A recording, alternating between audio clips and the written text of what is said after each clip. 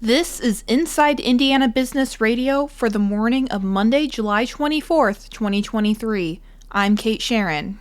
As he prepares to step down as Indiana's Secretary of Commerce next month, Brad Chambers says he is confident that the state's economic development momentum will continue after he leaves. Speaking on Inside Indiana Business Television, Chambers said the state's deal pipeline is far from empty. Somewhere close to $100 billion of industry continues to look and evaluate Indiana and all the great attributes of this state.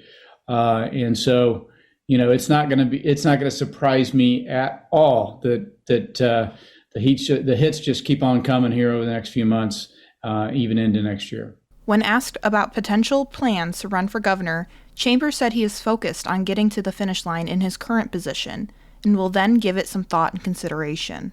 1 week ago, Chambers announced his decision to step down 2 years after taking office.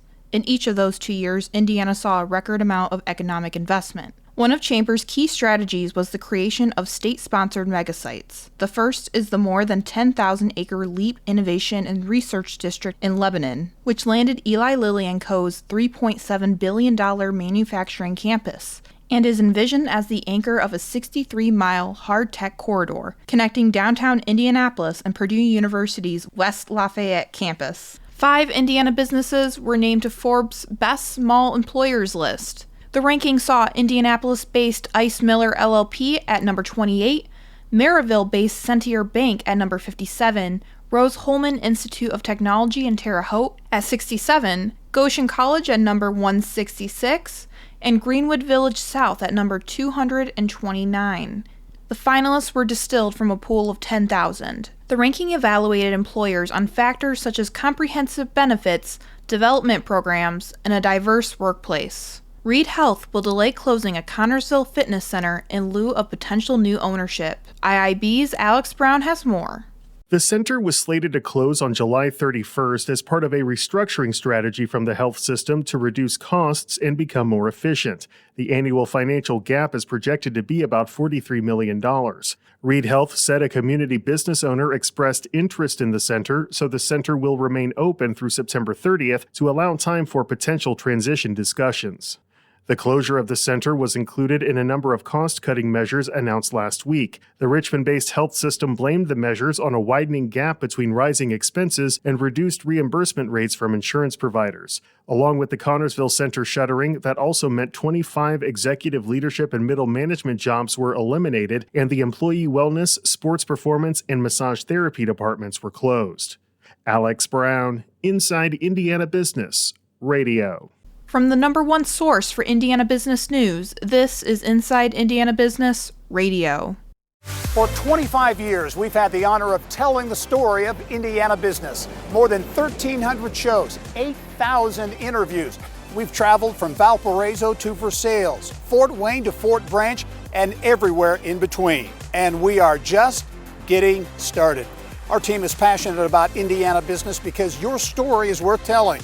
Join us every week as we travel the state to bring you Indiana's story.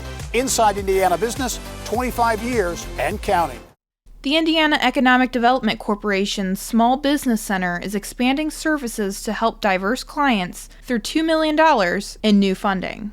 The agency last year received $1.6 million from the Federal Minority Business Development Agency and added $400,000 in matching funds. Clients can obtain the various state and local certifications they need to compete for government and corporate contracts set aside for minority-owned businesses. The Small Business Center also helps businesses become certified as women or veteran-owned through other funding and programs. The Small Business Center is a partnership between the IEDC and the U.S. Small Business Administration to provide technical assistance to Indiana small businesses and potential small businesses so they can get started and expand. Indiana small businesses saw a total of $989 million in federal contracts spent buying their products and services, according to the U.S. Small Business Administration's fiscal year scorecard. A total of $162.9 billion was spent in the small business sector, which is an $8.7 billion increase.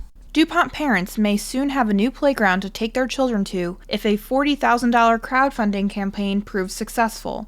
If the campaign reaches its goal by September 19th, It will receive a matching grant from the Indiana Housing and Community Development Authority, totaling at least $80,000 for the project. The Town of DuPont board is seeking to finish the project. The funds will install play space, drinking fountain, restrooms, and basketball courts. The IHCDA says its projects in the Creating Places program have raised more than $8.8 million in public funds and $7.2 million in matching funds since its inception in 2016. WGU Indiana Chancellor Allison Bell is this week's guest on the Business and Beyond podcast with Gary Dick, presented by PNC, a weekly conversation with high-profile Hoosiers in business, sports, and entertainment, and beyond. Available now from your favorite podcast provider. I'm Kate Sharon for Inside Indiana Business, Radio on Demand.